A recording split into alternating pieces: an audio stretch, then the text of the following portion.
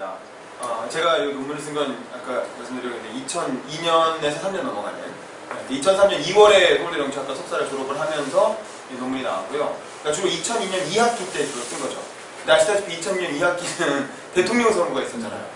2002년 1학기에 국민경선제가 있었고, 그래서 제가 2002년 1학기에 우연한 기회에 참여연대에서 하는 그 국민경선제 대선 국민경선제 대학생 모니터단에 참여를 했었어요. 그때 정대화 교수님 뭐 이런 분하고 같이. 그래서 제가 그때 그 혹시 국민경선 현장에서 뭐 돈 봉투 주고받지 않을까 이런 거를 감시하러 내려갔던 게 광주 경선이었어요. 근데 아시다시피 광주 경선에서 이제 그 난리가 난 거죠. 그래서 그때부터 이제 국민경선제가 변화되는 모습을 참여연대 활동하면서 좀 같이 지켜봤었고, 인상적으로 생각을 했다가 2학기에 이제 논문을 써야 되는데 논문 주제를 뭘 할까 고민을 했는데 마침 이제 국민경선제라는 좋은 제도가 도입됐고, 또 제가 개인적으로 이제 그 정당론이라는 수업을 되게 재밌게 들었었는데, 그 정당론 수업 시간에 들은 대학원도 아니고 학부 때 들은 건데, 학부 때 들은 내용과 그 다음에 이제 그 제가 본 경험, 국민경선제 도입 과정을 본 경험, 그리고 2학기 때 뭐 좀 이따 나오겠지만 제가 개혁국민정당이라는 그 유시민 씨가 이렇게 발의했던 그 정당 활동에 또 참여를 했었거든요. 그래서 그런 경험들을 녹여내가지고 논문을 쓰자라고 해서 이제 이렇게 논문을 쓰게 됩니다. 정확한 논문 제목은 민주화 이후 한국의 정당 조직 개혁에 관한 연구, 원내 정당과 대중 정당 모델을 중심으로. 원래 이게 정확한 논문 제목이고, 그러니까 사실은 새천년 민주당의 국민경선제 도입 과정에 대한 연구다라고 이해를 하시면 될 것 같습니다. 석사 논문이니까 사실은 뭐 아시잖아요. 석사 논문을 무슨 뭐 전기와 윤범기 석사 논문 이전과 이후로 나누는 그런 논문을 쓰진 않잖아요. 되게 이제 그냥 이렇게 남들 다 쓴 거에다가 한 발짝 조금 더 나가는 내용 정도로 쓰는데, 제가 이 논문을 쓰면서 느낀 건 우리나라에 진짜 정당에 관한 연구가 너무 없다. 그 수많은 정착제들이 있어도 정말 체계적으로 정당을 연구해가지고 이렇게 하나하나 사안별로, 그러니까 별게 뭐 추장님 교수님처럼 큰 얘기하신 분은 있어도 정당에서 있었던 하나하나의 뭐 그런 표결이라든가 정당 내부의 어떤 뭐 이해관계라든가 이제 뭐 조직이라든가 제도라든가 그런 걸 체계적으로 연구해서 이렇게 하는 업적이 거의 없어요. 특히 90년대 이후에는 뭐 말할 것도 없는데, 옛날 사람들은 좀 한 게 있는데, 그런 걸 연구하면서 정당에 대한 연구가 정말 드물구나. 제가 알기로 이렇게 한국의 정당을 연구한 게 서울대 정치학과에서도 석박사 합쳐서 거의 뭐 제 앞으로도 몇 년 없었고 제 이후에도 한 몇 년 없는 걸로 알고 있어요. 이걸 뭐 봐줄 사람도 마땅히 없고, 이런 거에 관심을 가지는 정치학도도 별로 없어요. 대부분 다 정치경제학이 교수들이 좋다 그러니까 유학가기도 좋고, 그러니까 다 정치경제학, 무슨 뭐 중국과 FTA 뭐 이런 거면 뭐 약간 좀 그런 개인적인 안타까움을 좀 얘기를 해봤고요. 저는 이제 봉기 기자입니다. 강동초등학교를 나갔고요. 강중학교, 이걸 왜 만들었냐면, 이거는 제가 초등학생, 중학생들 대상으로 진로교육 특강 나갈 때 만든 그 파일을 그대로 갖고 와서 하다 보니까 창피하게 이런 게 있어요. 문대북을 나왔고요. 서울대 정치학과 나왔고, 이게 서울대 정치학과 나왔다 그러면 그때부터 애들이 오 하고 이렇게 한번 그런 게 있어요. 대학원 나왔고, 그 다음에 MBA 기자, 공군사관학교 교수원으로 3년간. 이 덕분에 사실 제가 학부를 5년, 대학원을 2년 그냥 스트레이트를 쭉 다니고, 그 다음에 교수원으로 3년을 또 공부를 했어요. 그래서 본의 아니게 제가 10년을 꽉 채워서 정치학을 공부한 20대 동안 그런 기회를 얻을 수가 있어요. 그게 이제 저한테 많이 도움이 됐던 것 같고요. 그 다음에 이제 기자가 됐고, 이제 연구를 잠깐 했습니다. 자, 일단은 보면, 이걸 왜 넣냐면, 우리가 정당하면 되게 근대적인 현상으로 생각을 하잖아요. 근대 우회민주주의에 나타나는 현상인데, 사실은 정당의 기회를 거슬러 올라가 보면, 아주 고대적부터 왕정이 아닌 제도, 그러니까 민주정이나 공화정을 취한 나라에서는 어느 나라나 정당과 비슷한 형태가 나타나는데, 그 대표적인 게 이제 그 정당이라고 할 수 있지만 이제 뭐랄까요? 유사 정당 혹은 이제 정당 이전 단계, 정당이 전신 같은 것들이죠. 근데 보면 항상 어떻게 나눠지냐면, 왕정이 아닌 경우에는 누가 다스릴 것이냐, 다수의 민중이 다스릴 것이냐, 아니면 소수의 뛰어난 자들이 다스릴 것이냐. 여기서 말하는 소수의 뛰어난 자는 이제 아리스토크래시, 그러니까 귀족이라고 번역을 하지만, 귀족정이라고 번역을 하지만, 사실은 여기서 단순히 뭐 돈이 많은 귀족 얘기 아니라 정말 정치적으로 뛰어난 사람들, 나라를 이제 통치생을 했다든가, 뭐 전쟁을 잘 한다든가, 뭐 그 당시에 중요한 통치자의 독성을 갖춘 이제 그런 사람들이 다스리는 정치를 이상적이라고 생각하는 경우가, 이게 아니라 다수의 대중들이 더 많은 참여를 하는 게 이상적이라고 생각하는 경우에 따라서 두 가지 당파가 항상 있었던 것 같아요. 아테네 같은 경우에 유명한 페이클레스가 어떤 아테네의 어떤 민주주의, 직접민주주의를 굉장히 발전시키는 사람이죠. 그런 직접민주주의적인 입장을 대변하는 사람이라면, 학자 중에서는 뭐 정신도 잠깐 했었지만 플라톤 같은 경우가 이제 소수의 귀족정의 우수성을 강조했죠. 그러니까 대표적으로 플라톤이 사실은 뭐 철인 정치 얘기했다고 그래서 되게 왕정을 지지한 것처럼 알려져 있지만 사실 뭐 국가론 다 읽어보시면 아시겠지만 그 고도에 훈련된 어렸을 때부터 체계적인 교육을 받은 수호자 계급이 다스리는 그런 이제 뭐 공화정이랄까 귀족정을 꿈꿨던 거고 실제적인 모델은 스파르타였던 거죠. 그래서 이제 그런 스파르타적인 귀족정이 좋으냐 아니면 아테네적인 민주정이 좋으냐에 대한 논란이 있었던 거고 그걸 대표하는 그런 당파가 고대 그리스 아테네에도 있었다. 뭐 페리클레스 이전에 그 이후에 테미스토클레스 같은 사람이 있고 저쪽에 뭐 키몬이니 무슨 뭐 여러 가지 학자들이 있어 우리 펠로폰네소 전쟁 그 다음에 로마 시대엔 그럼 어땠느냐? 로마 시대엔 이 사람들이 있었죠. 대표적으로 민중당을 대변했던 게 카이사르, 시저라는 정치인이 있었고 그에 반대해서 정치적 라이벌이었던 공화파를 대표했던 폼페이우스 같은 그러니까 폼페이우스 이전에 시저 이전에는 누가 있었습니까? 마리우스가 있었죠. 그리고 폼페이우스 이전에는 술라가 있었죠. 그리고 또 그 전에는 카토가 있었고 또 이쪽에는 뭐 그라쿠스 형제가 있었고 뭐 이런 식으로 계속 어떤 민중을 대변하는 정파와 귀족을 대변하는 정파가 이제 많이 갈등을 했고 민중을 대변하는 정파가 그러면 꼭 옳은 뭐 이게 도덕이고 이게 악이냐 그건 아니었던 거죠. 그 당시에는 오히려 민중을 대변하는 정파는 그러니까 이 공화파들이 보기에는 이런 정파는 되게 위험하다. 왜냐면 이렇게 되면 이 사람이 왕이 된다. 나중에 결국 시저가 황제가 될 거라는 그런 의혹을 가지고 암살을 하는 거잖아요. 근데 결과적으로 그 조카가 황제가 됐으니까 틀린 말도 아니었고 그런 걸 보면 어쨌든 이제 그 두 가지 흐름 항상 이제 다수의 대중이 지배할 것이냐 소수의 우수한 자가 뛰어난 자가 지배할 것이냐에 대한 정당의 어떤 그 당파적 흐름이 있어 왔다. 이게 일종의 근대 이전에 나타난 당파의 어떤 정당의 원형 같은 모습이라고 할 수 있어요. 정당은 아니지만 그러면 우리가 생각하는 근대 민주주의, 의회 민주주의가 도입된 이후에 정당이라는 걸 본격적으로 했던 역사적인 그 최초의 사례가 뭐냐? 영국이죠. 전 세계에서 의회 민주주의를 제일 먼저 실시한 나라가 영국이고 영국의 정당 대표하는 두 인물이 자유당의 어떤 글래드스턴과 보수당의 디즈레일리를 우리가 생각해 볼수록 자유당은 사실 이 자유당과 보수당이 처음에 나눠진 이유는 왕당파와 어떤 그 부르주아 세력 간의 갈등이었다고 볼 수가 있죠. 뭐 찰스 1세니, 제임스 1세니 우리 역사 시간에 배운 뭐 세금, 동의 없이 세금을 막 거두고 그랬다. 그런 거에 대한 반발 때문에 생겨난 갈등인데 서로를 욕하다가 너는 토리야, 너는 휘그야 이렇게 욕하다가 그게 정당의 이름이 되거든요. 결국 휘그당이 자유당이 되고 토리당이 보수당이 되죠. 그래서 이제 이 18세기로 넘어오면 19세기죠. 1800년대로 넘어오면 이 빅토리아 여왕이 다스리던 시대에 대영 제국이 이제 최고의 전성기를 구가하면서 해가 지지 않는 나라가 되면서 대영 제국 전성기 한 30-40년간을 서로 정권을 주고받으면서 이끌었던 두 명의 지도자가 이 글래드스턴과 디즈레일리죠. 글래드스턴은 굉장히 도덕주의적이고 굉장히 탁월한 웅변을 가지고 대중들을 어떤 그 감수성을 많이 감화시킨 그런 지도자였고 디즈레일리는 굉장히 머리가 좋고 꾀가 많고 유태인 출신이었죠. 재기발랄하고 빅토리아 여왕하고 개인적인 관계도 아주 좋았고 그래서 이제 영국의 수에즈 운하를 불법적으로 사들이는데 굉장히 이렇게 기여를 해가지고 나중에 이제 그걸로 문제가 되기도 하지만 또 이제 귀족 자비도 받고 뭐 그런 아주 유명한 사람이죠. 그리고 또 우리가 흔히 비스마르크와 함께 이제 원정적 보수주의 혹은 혁신하는 보수 이런 예를 들 때 디즈레일리 예를 많이 들잖아요. 영국에서 차티스트 운동, 그 투표권 확대 운동이 일어났을 때 되게 이제 보수는 그런 걸 막으려고 하기가 쉬운데 오히려 지금 우리가 이거 투표권을 늘려줘야 된다. 안 그러면 영국에서도 혁명이 일어날 수 있다라고 해서 오히려 적극적으로 투표권 확대 운동을 찬성을 해주고 복지제도 같은 것도 초창기에 많이 도입을 하고 뭐 그런 인물로 알려져 있습니다. 그 디즈레일리는 제가 개인적으로 좋아해서 멋있는 이제 명언들을 몇 개 뽑아봤는데 뭐 이런 게 있죠. 세상에는 세 가지 거짓말이 있다. 그럴듯한 거짓말, 색방가인 거짓말, 그리고 통계. 이런 것도 있고요. 그 다음에 이제 성공은 수고의 대가라는 것을 그러니까 뭐 수고하지 않고 날로 먹는 건 없다. 뭐라는 거죠. 그 다음에 시동을 반하는 자는 운명을 듣고 변덕 부리는 자는 요행을 믿는다. 디즈레일리는 개인적으로 문학가이기도 해서 소설가이기도 해가지고 소설도 많이 쓰고 글도 많이 쓰고 그랬죠. 그러니까 뭔가 하여간 되게 머리가 좋고 천재기가 있는 그런 정치인이었던 걸로 보입니다. 그 다음에 그러면 사실 정당론이라는 학문 분야로 들어가 보면 우리나라 정치학이 이제 등장한 대로 정당이라고 하는 분야를 하나의 학문, 분과학문, 정치학의 서브 디서플린이죠. 분과학문으로 체계화시켜서 연구한 대표적인 학자가 여기 나온 이 모리스 듀베르자라는 프랑스의 정치학자입니다. 정당론이라는 책을 썼죠. 이건 뭐 정치란 무엇인가라는 책 우리나라에 번역이 되어 있는데 사실은 정당론이라는 책이 가장 유명한 고전이고 1917년에서 인터넷 찾아보니까 1917년인데 몰연대가 안 나왔더라고요. 그래서 이 사람이 아직도 살아있나 아직도 살아있으면 94세 요새 굉장히 이제 이런 사람이죠. 근데 이 사람 같은 경우에 이제 프랑스의 정치학자고 3인당 원을 연매적으로 썼는데 알고 보니까 프랑스 사람이니까 프랑스 사회당이었겠죠. 왜 3인당이 아니고 그리고 유럽 유럽의회 의원도 역임했고, 그러니까 정치학자이자 정치가로서 활동을 하신 것 같아요.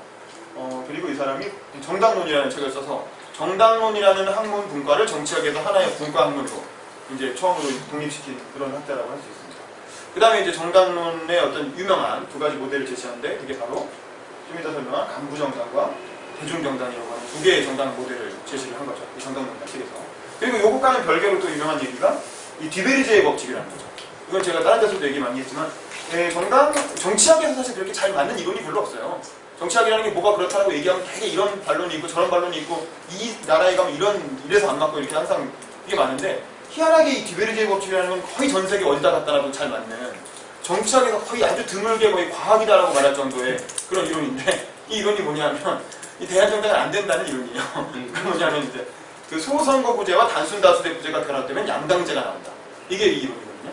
그러니까 소선거구제, 한 지역구에서 한 명을 뽑는 방식과 그 다음에 이제 단순다수제, 1등을 무조건 당선시키는 방식, 이 두 가지를 합쳐서 선거제도를 짜면 대개 양당제가 나오더라. 그러니까 이 두 가지 선거제도는 양당제에 유리하다라고 하는 게 이제 이 이론인데, 실제로 영국의 제도가 그렇죠.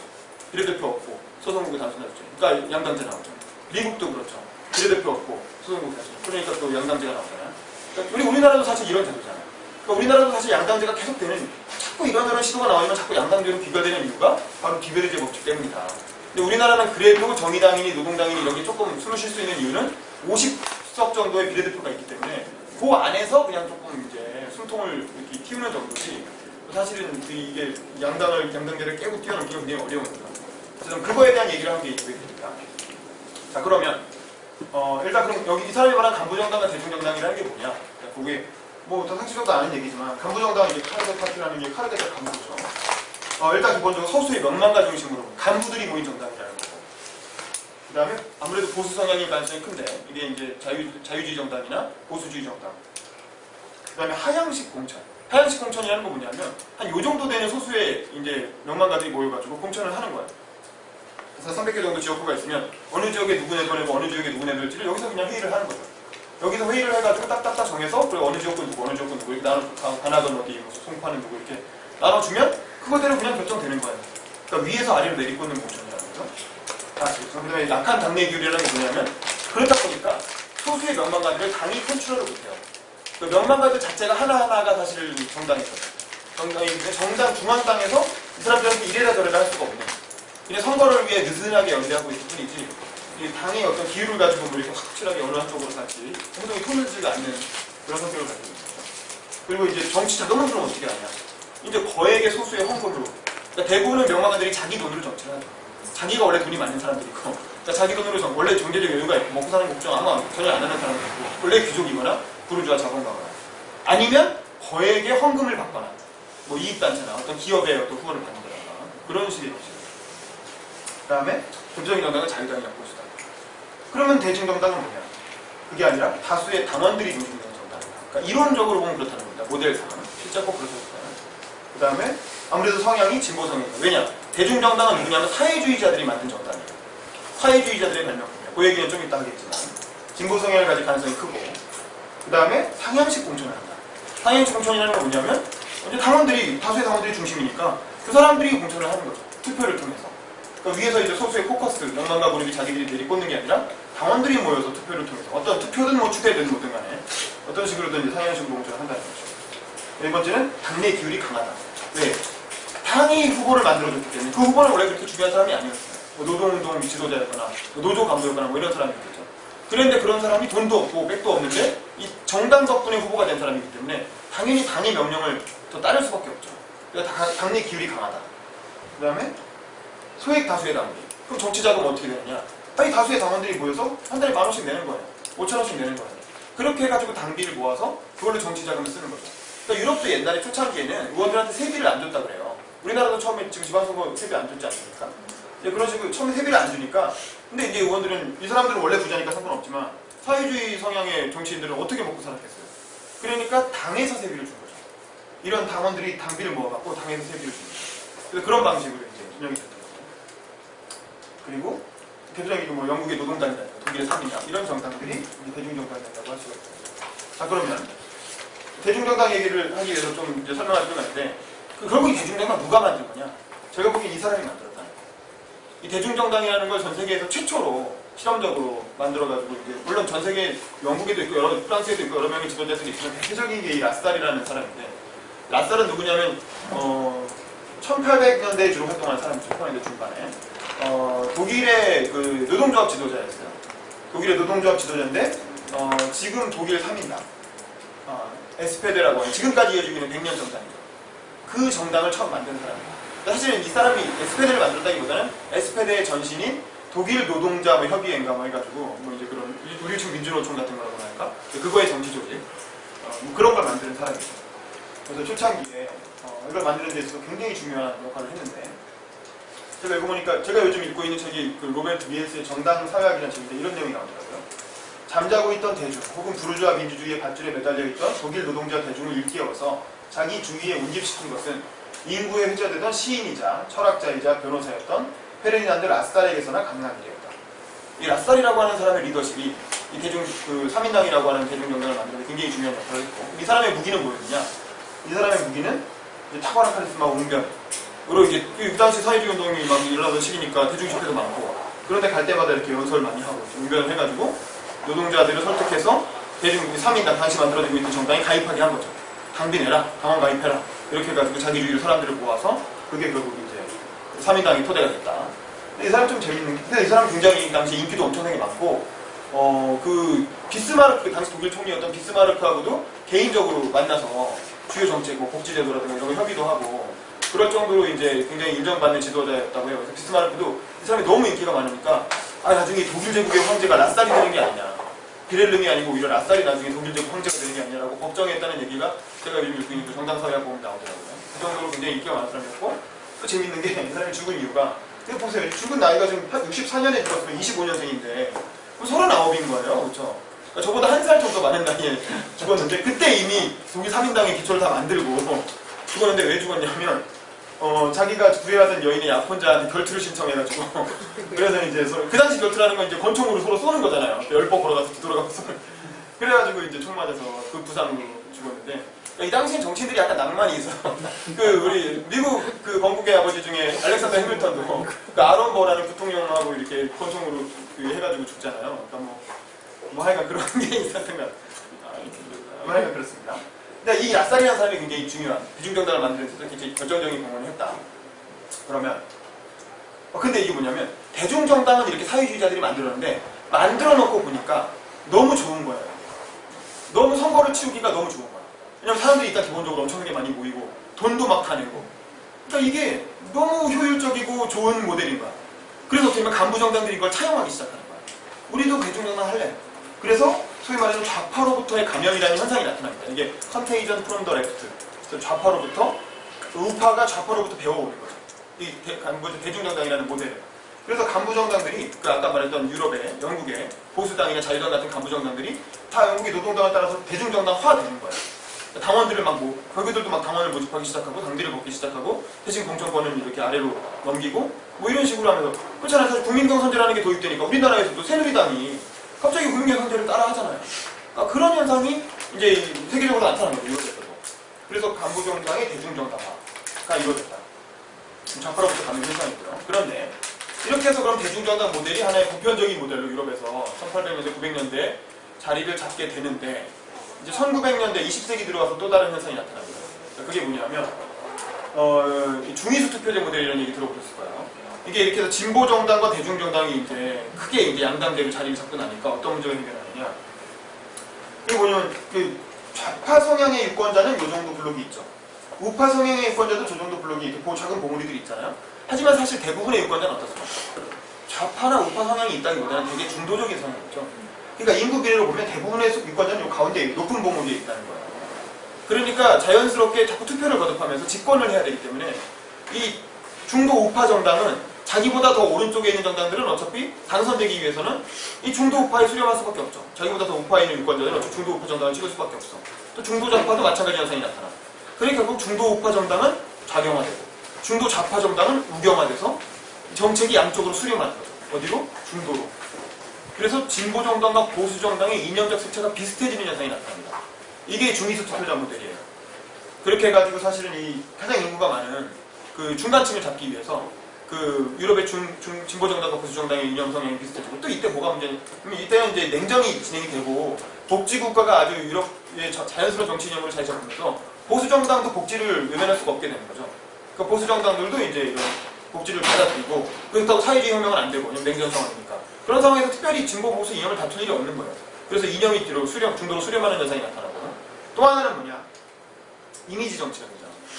이게 TV가 발달하면서 이거 뭐 유명한 사진 아시죠? 1958년인가요? 미국의 대통령 선거 때 아이젠하워 정부가 끝나고 미국에서 이제 대통령 선거를 치렀는데 당시 그때 40대 초반의 젊은 상원 의원이었던 존 F 케네디가 대통령 선거에 출마를 하죠. 그리고 그 당시 집권 여당 공화당의 대선 후보는 당시 현직 부통령인 닉슨입니다. 닉슨 같은 경우에는 뭐 아주 달고 다른 정치인이죠. 아주 자수성가한 진짜 가난한 집에서 태어나서 정치로 성공하게 된 일념을 가지고 자수성가한 뭐 그런 아주 진짜 여우의 어떤 그런 지혜를 갖춘 뭐 그런 인물이고 케네디는 그에 비하면 시출내기 부잣집 우리를 치면 뭐 남경필 같은 사람이었을 거 아니에요. 그 당시 느낌은. 그러니까 누가 사실은 케네디가 닉슨을 이길 거라고는 아무도 생각을 안 했던 거죠. 그랬는데 TV 토론을 딱 했는데 처음으로 TV 토론이라는 게 도입돼서 칼라 TV가 보급돼가지고 했는데 뭐 사진을 보셔도 아시겠지만 벌써 이렇게 케네디는 옷도 이렇게 자리 딱 꼬고 앉아가지고 일단 생긴 것도 엄청 잘생기고 넥타이도 빨간색 넥타이 딱 방송이 잘 나오는 걸로 했고 저기 닉슨은 보시다시피 이렇게 생긴 것도 그리고 이렇게 꾸정하게 앉아가지고 또 옷도 색깔이 회색이어가지고 뒤에 배경이랑 잘 희미하게 안 가고 그래서 실제로 이 당시 기록을 보면 라디오로 이 토론을 들은 사람들은 다 닉슨이 이겼다고 생각했다는 거예요. 근데 TV를 본 대다수의 유권자들은 케네디가 압도적으로 이겼다라고 생각을 한 거죠. 그래서 실제 투표 결과에서는 케네디가 닉슨을 제치고 대통령이 되는 그런 결과를 가져오는데 근데 이런 이미지 정책이 등장한다는 건 뭐냐면 정치에서 그만큼 이념의 요소가 줄어든다. 이념이나 어떤 그런 요소가 줄어들고 이미지가 좋은 사람이 당선되는 그런 이제 정치형이 나타나는 거죠. 그러면서 아까 원래 대중정당이라는 건 기본적으로 진보적 가치에 기념한 이념정당이 경우가 많은데 그런 대중정당이 악화되는 거죠. 그러면서 소위 말하는 포괄정당이라고 하는 현상이 나타납니다. 이건 또 다른 개념이 정치학의 또 다른 어떤 모델인데 캐치올 파티라는 캐치올 파티다. 캐치올 다 먹겠다. 다 잡겠다라는 그런 파티인 거죠. 1970년대 오토 킬카이머라는 독일의 정치학자가 역시 얘기를 한 개념이고요. 디베르제의 정당 모델을 비판하면서 디베르제는 이제 간부 정당이 대중정당화 되면서 대중정당이야말로 완성된 정당의 모델이다라고 주장을 한 거잖아요. 근데 이제 킬카이머는 그걸 비판하면서 대중정당은 정당이 발전하는 하나의 단계에 불과하다. 대중정당이 끝난 게 아니다. 어떻게 되느냐? 정당 발전의 최종이 오히려 포괄정당이다. 아까 말한 그런 중위수 투표자 모델이나 이미지 정치의 등장이나 이런 것 때문에 결국에는 대중정당은 결국 포괄정당으로 나아갈 수밖에 없다. 라는 얘기를 한 거죠. 그럼 포괄정당은 뭐냐? 이제 이데올로기를 벗어난다는 거죠. 아까 이미지 정치. 그 다음에 오히려 이익 집단에 의존하는 거예요. 이 힘이 센 이익 집단들이 이제 정치를 포획해 나가는 거죠. 그리고 평당원의 비중을 감소하고 지도부의 권한이 점점 강화되게 마련이다. 라는 식으로 이게 이제 포괄정당. 그러니까 우리나라 사실 이 포괄정당이라는 킬카이머는 그러니까 이 포괄정당이라는 게 좀 부정적인 의미로 비판하기 위해서 만든 개념인 거예요. 근데 우리나라에서는 이 포괄정당이 되게 좋은 거라고 생각해서 이런 포괄정당을 지향합니다. 뭐 이런 식으로 정당개혁 발표할 때 얘기도 나오고 그랬습니다. 근데 어쨌든 그런 맥락이고. 근데 이걸 이제 한 단계 더 발전시켜서 80년대 초중반에 나온 이론이 파네비앙코라고 안젤로 파네비앙코라고 하는 정당학자가 이 사람은 이탈리아 사람인데 미국에서 활동을 했어요. 이분이 이제 유럽의 정당들을 연구해서 두 가지 또 정당 모델을 업그레이드 시키는데 이른바 선거 전문가 정당이라고 하는 모델과 관료적 대중정당이라는 모델이에요. 그러니까 보시면 아시겠지만 선거 전문가 정당은 간부 정당이 업그레이드 된 거죠. 그리고 관료적 대중정당은 대중정당이 업그레이드 된 변화된 모습이라고 볼 수 있겠죠. 그럼 선거 전문가 정당은 뭐냐?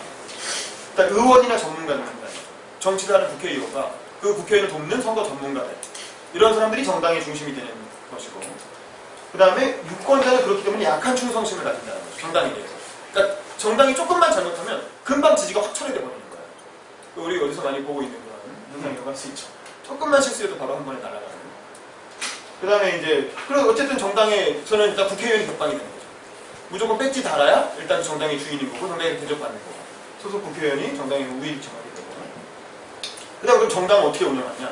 이익 집단들이 내는 헌금 그러니까 대규모 정치 자금이나 혹은 이제 국고보조금 정부로부터 받아내는 국고보조금 이런 걸 통해서 정당 운영을 하는 경우가 많다. 옛날처럼 뭐 자기 돈 내고 자기 돈으로 정치하는 건 기본적으로 다 있는 것이고 그렇죠?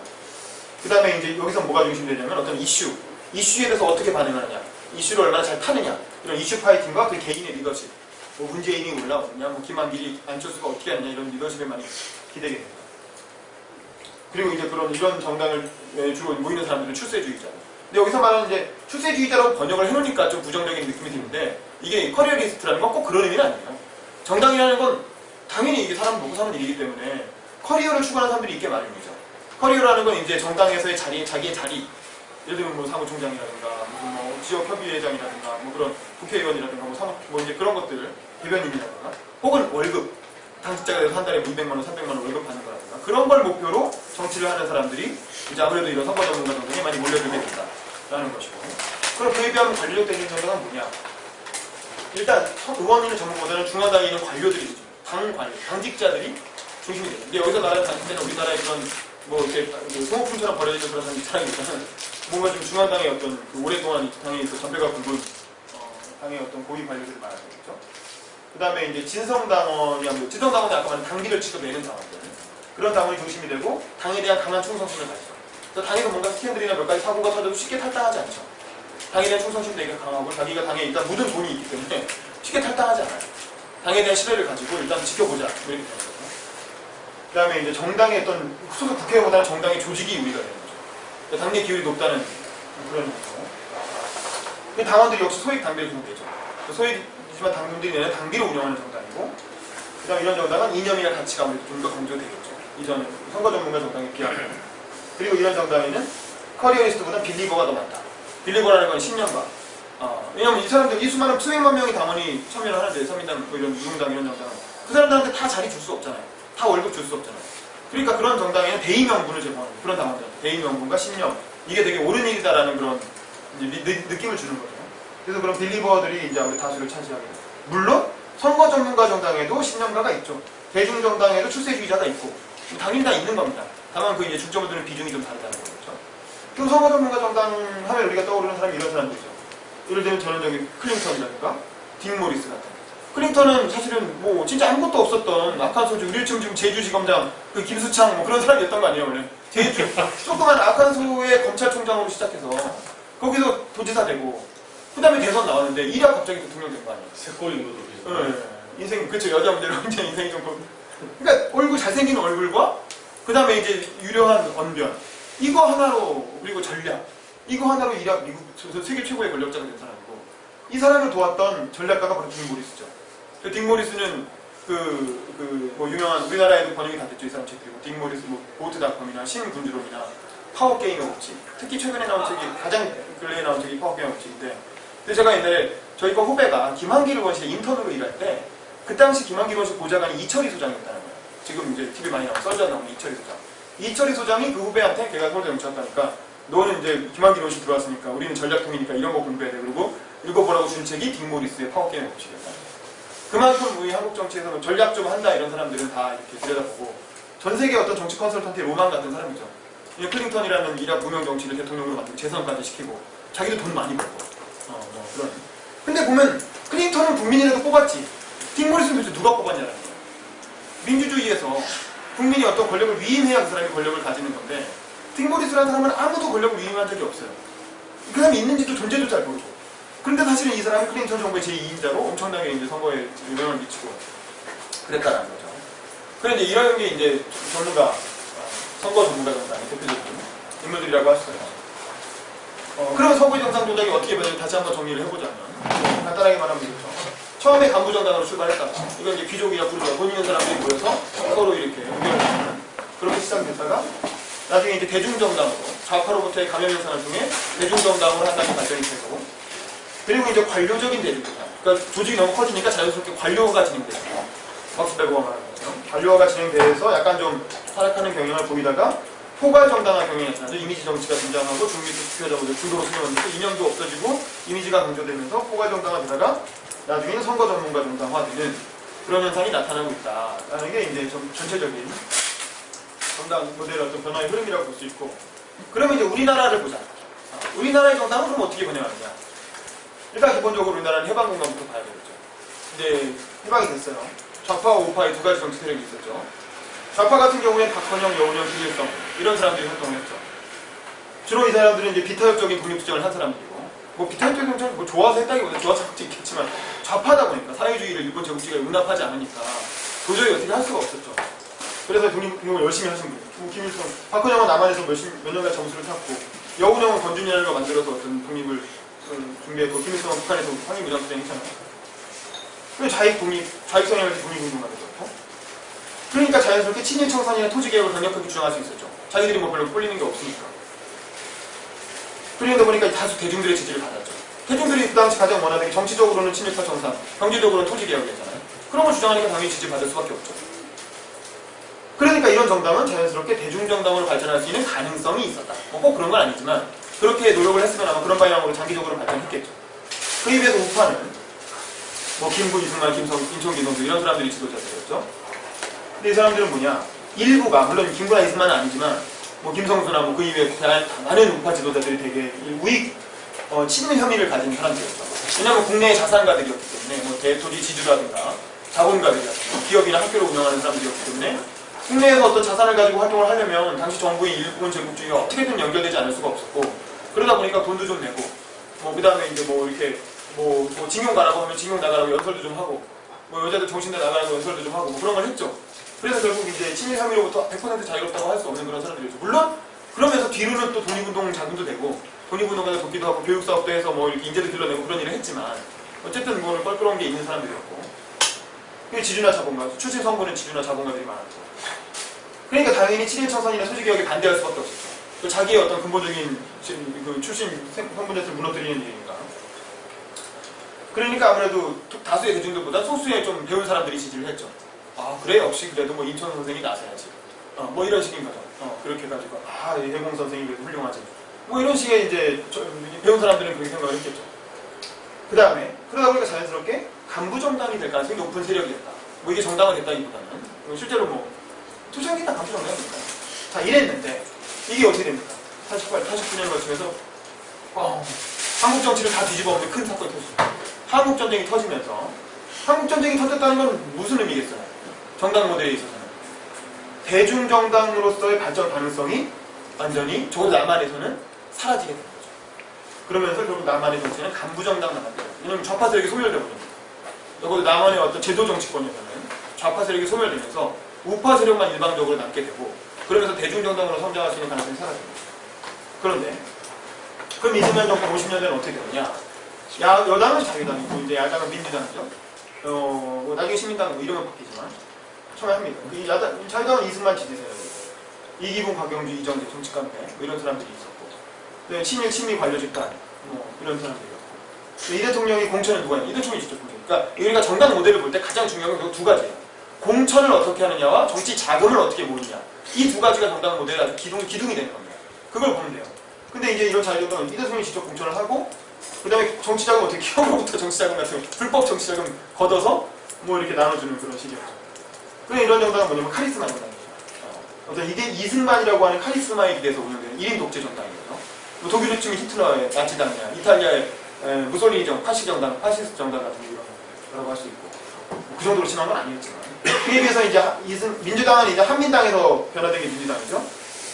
민주당은 이제 이승만의 반대 세력들이 모인 정당이었고 뭐 신익희, 조병호, 김주환은 민주당에 가입하진 않았죠. 무소속으로 활동하다가 뭐 자유당 갔다가 뭐 되게 복잡한데 어쨌든 야당 성향을 가진 정치 깡패였다고 볼 수 있죠.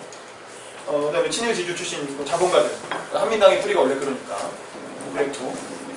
근데 이제 신파, 국파, 보스가 이제 서로 계파 안배를 통해서 추천을 했죠. 뭐 신파의 장면, 국파의 조병호 뭐 이런 사람들이잖아요. 신익희.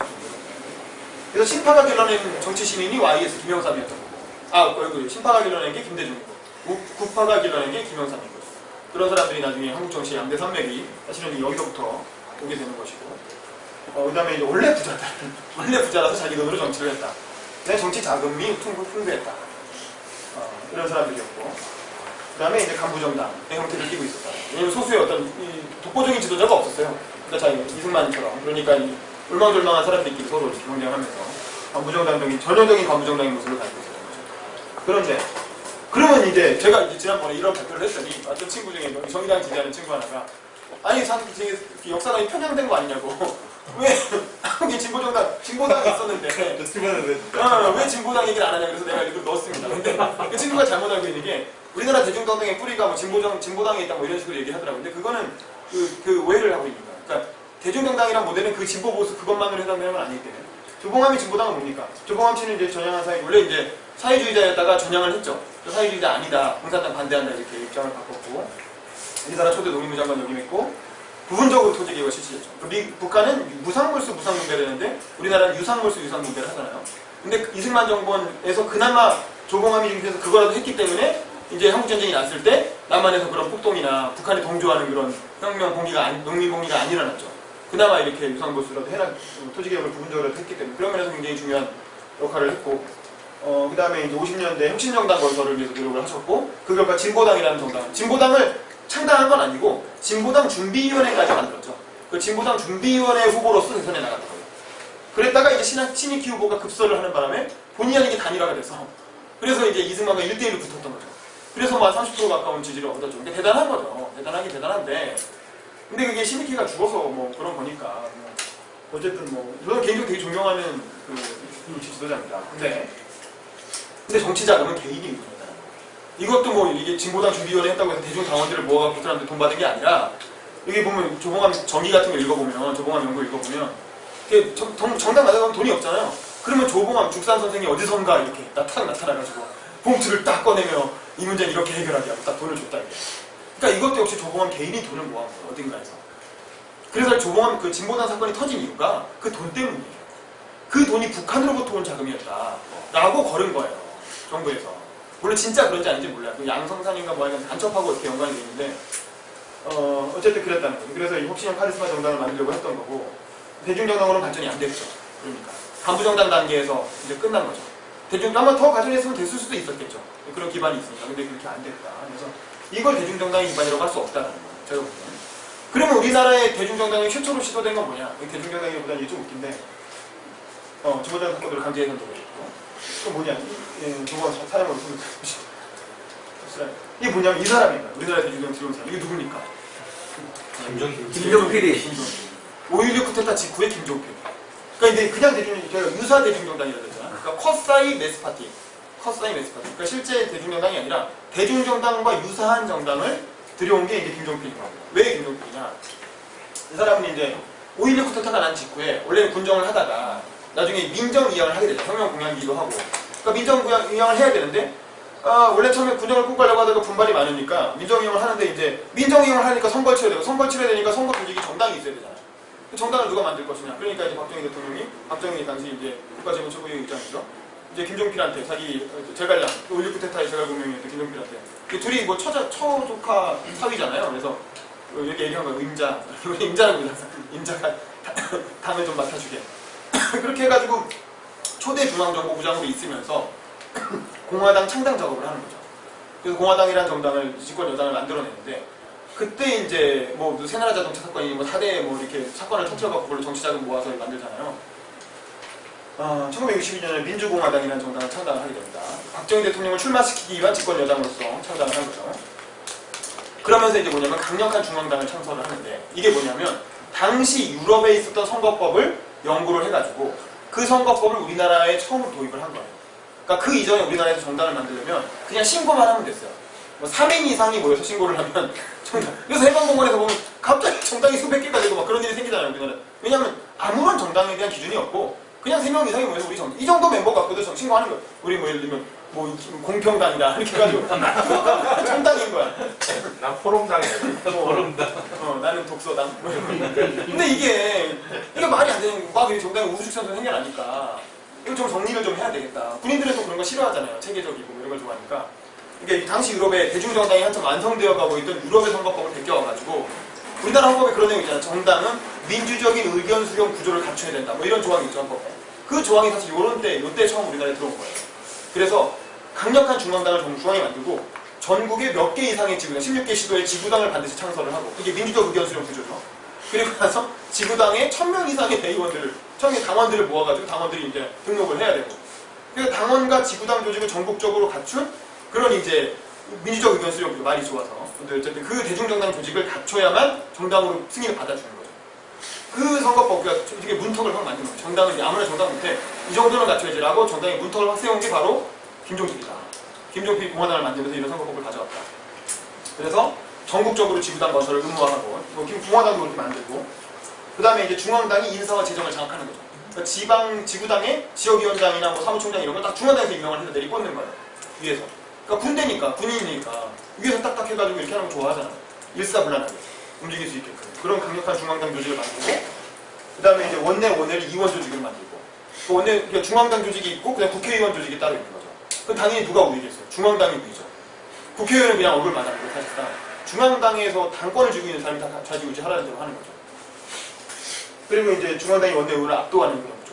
물론 중앙당에 누가 있어요? 총재는 박정희 대통령이고, 뭐 의장은 뭐 이렇게 김종필이고, 뭐 이런 거죠. 그렇게 하면서 이제 중앙당에서 정치를 주도하는. 그리고 의원이라는 건 시다발이에 불과하고, 그냥 하라는 대로 하는 그냥 거수기에 불과한 그런 조직을 만든 겁니다.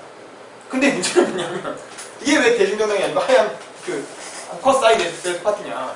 대중정당의 핵심은 아까 말한 것처럼 상향식으로 공천을 하고, 대신 그 사람들한테 당비를 받는 거예요. 공천권을 주되 그 사람들이 돈을 내게 하는 게 대중정당의 핵심입니다. 근데 이건 하향식 공천을 한 거예요. 그러니까 이렇게 민주적 의견 수렴 구조를 만들어 놓고 그 사람들한테 가장 중요한 안보인 공천권을 안 준 거죠. 그리고 공천권 누가 갖고 있냐? 박정희 대통령이 갖고 있었던 거죠. 네, 박정희 위에서 대통령이 누가 뭐 김정필하고 상의했겠죠. 둘이서 임자 뭐 누가 그러면 이제 각하 이적인이 이렇게 해야 된다. 그래 이렇게 하자. 뭐 이런 식으로 해가지고 이렇게 쏙쏙쏙해서 전형적으로 위에서 내리고는 하향식 공천을 했고, 그럼 돈은 이 정치 이거 정력한 중앙당 지구당 조직 그 운영비 뭐 사무실 내고 뭐 임대료 내고 거기 전화 받는 타이프 직원 하나 뽑고 이런 돈 어떻게 했겠어요? 돈은 이제 불법으로 정치자금 조성해가지고 그 당시에 아까 말한 새나라 자동차 사건이니 뭐니 뭐 이거 일으켜가지고 그런 데서 기업들한테 돈 뜯어서 그걸로 이렇게 막 아래로 내려보낸 거죠. 그러니까 이게 대중정당의 유럽에서 그 당시 발전했던 대중정당의 껍데기를 가져온 거예요. 껍데기를 가져와서 우리나라에 딱 씌웠는데 사실 대중정당의 안보라고 할 수 있는 상향식 공천과 당비 걷는 이제 당원, 진성당원. 이거는 왜냐면 그거 받아놓으면 골치 아플 거 아닙니까? 자기가 정치를 좌지우지 해야 되는데 그런 거 만들어갖고 시끄럽게 떠들면 안 되니까 그런 건 필요 없는 거죠. 그래서 이제 껍데기만 가져. 그래서 근데 하여간 이 이유로 모든 정당이 다 이런 조직을 갖추게 된 거예요. 근데 지금까지도 이런 중앙당, 지구당 다 만들어야만 창당할 수 있는 그런 게 됐고 굉장히 큰 문턱이 있죠. 그 다음에 그러면 이제 여당은 이런 유사 대중정당이 박정희 때는 공화당, 전두환 때는 민정당, 뭐 민자당 이렇게 계속 흘러가는 거죠. 그럼 야당은 어떻게 되느냐? 야당은 이제 카리스마 정당인 거죠. 야당은 원래는 간부 정당이 오래 한민당, 민주당, 신민당 이렇게 쭉 간부 정당이 가다가 뭐 우리 뭐 아닌 뭐 유진원이, 유진산이 이런 지도자들이 있었잖아요. 근데 그런 사람들은 그렇게 카리스마적인 리더는 아니었잖아요. 근데 본격적으로 야당에서 카리스마적인 지도자가 나타난 게 김영삼과 김대중이죠. 그래서 요거는 이제 80년대 이후에 가장 그 모델적으로 다 만든 게 이제 이 두 정당이에요. 김영삼이 만든 통일민주당과 김대중이 만든 평화민주당. 87년 대선을 앞두고 두 개 갈라지잖아요.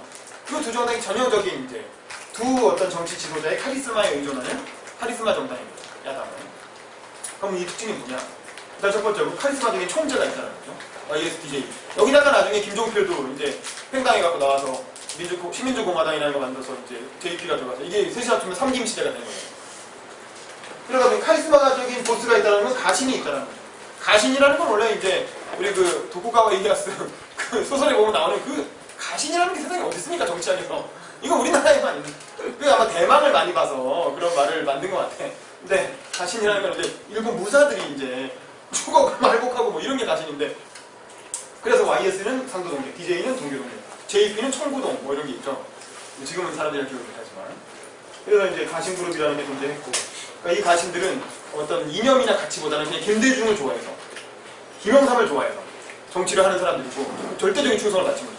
근데 재밌게 어쨌든 이 가신들이 다 우리나라 정치를 지금도 좌지우지. 김무성 상도동계 막내 비서잖아요. 그리고 박지원 동교동계 마지막 비서관 이런 거고. 그러니까 뭐 아직도 중요한 역할을 하고 있고요. 그다음에 강력한 지역적 기반. 영남과 호남이라고 하는 지역적 기반. 이것도 굉장히 우연적인 요소입니다. 왜냐하면 김영삼이 만약에 경기도에서만 태어났어도 우리나라의 역사가 이렇게 가지 않았을 텐데, 김대중이 뭐 충청도나 강원도에서 태어났어도 역사가 달라졌어. 제주도에서 태어났어. 달라졌을 텐데 왜 하필이면 한 명은 영남에서 태어나고 또 한 명은 호남에서 태어나서 이 걸출한 두 명의 지도자가, 이게 참 역사의 운명이라는 게 참 그런 거예요.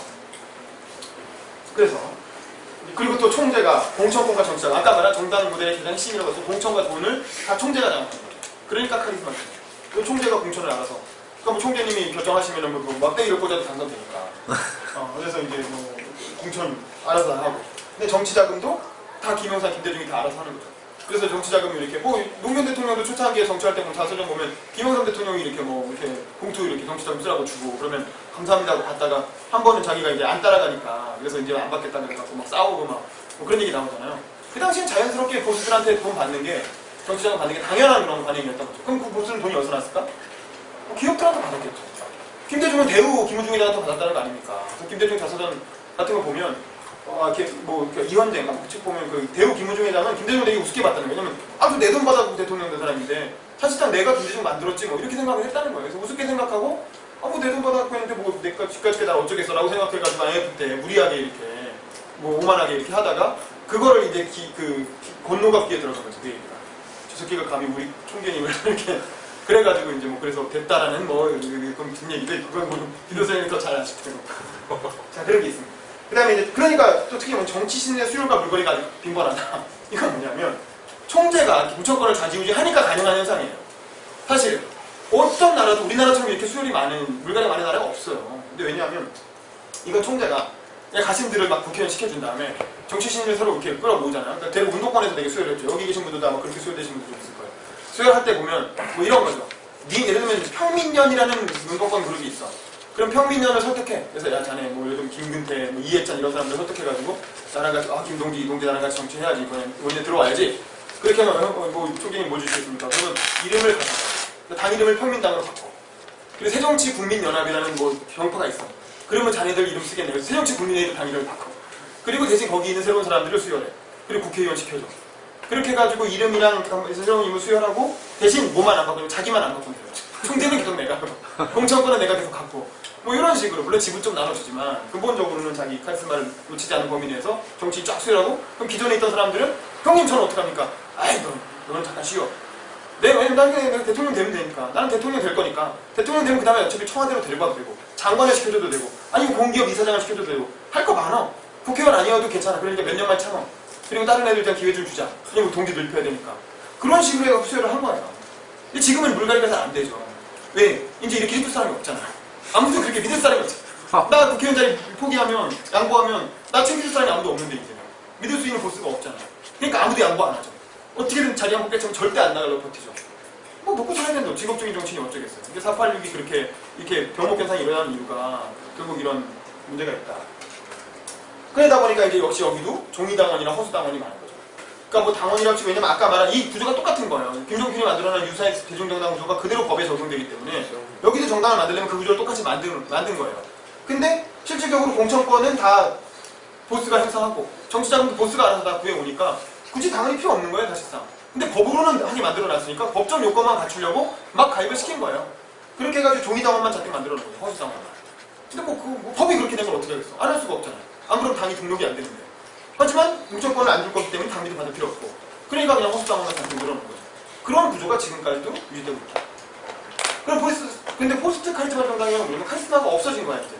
김종필, 김영삼, 김대중이 뭐 나이가 들어서 혹은 대통령을 이미 해서 물러날 수밖에 없는 그런 상황이 된 거죠. 그래서 김영삼, 김대중이 다 정기 은퇴를 해버렸어요. 뭐 2000년대 들어오고 90년대 거치면서 대통령을 했으니까. 그리고 김종필은 나이가 너무 많고 이제 뭐 구합으로 몰려서 자연스럽게 은퇴를 강요당했죠. 그러니까 자연스럽게 우리도 이제 좀 양내민주 한번 해보자 라는 요구가 막 이렇게 들불처럼 번져나오게 된 겁니다. 그래서 어떻게 됐어요? 천신정 뭐 기억나시죠? 천정배, 신기남, 전동영 이런 사람들이 정풍 쇄신운동을 막 벌이잖아요. 제가 지난번에도 얘기했지만 뭐 이런 사람들 사실 다 동기동계 막내들이잖아요. 김대중 대통령이 마지막에 영입한 사람들이고 그 뭐 권노갑이니 뭐 정규란 이런 사람들이 보기엔 진짜 뭐 이렇게 풋내기 애송이 이런 사람들이었는데 그래서 뭐 김민석이니 어제 뭐 김부겸 가면 되니까 김부겸 어떻게 얘기하면 자기가 동교동계 가면은 형님들 이렇게 들어가시면 자기가 맨 마지막에 이렇게 신발 정리했다고 여기 신발 이렇게 해서 있으면 김민석 이런 사람들 뒤에서 아이고 형님 구두가 이렇게 가지런히 이렇게 그거 정리하던 사람들인 거예요. 정리를 해야지 자기가 서서 볼 공간이 생긴다고. 그걸 정리해놓고 거기 앉아서 이렇게 뒤에서 이렇게 봤다 이렇게 우리 총재님 뭐라고 말씀하시나. 그게 이제 그런 사람들이 나중에 김대중 물러나고 나니까 누구를 공격합니까? 권노갑을 공격하는 거죠.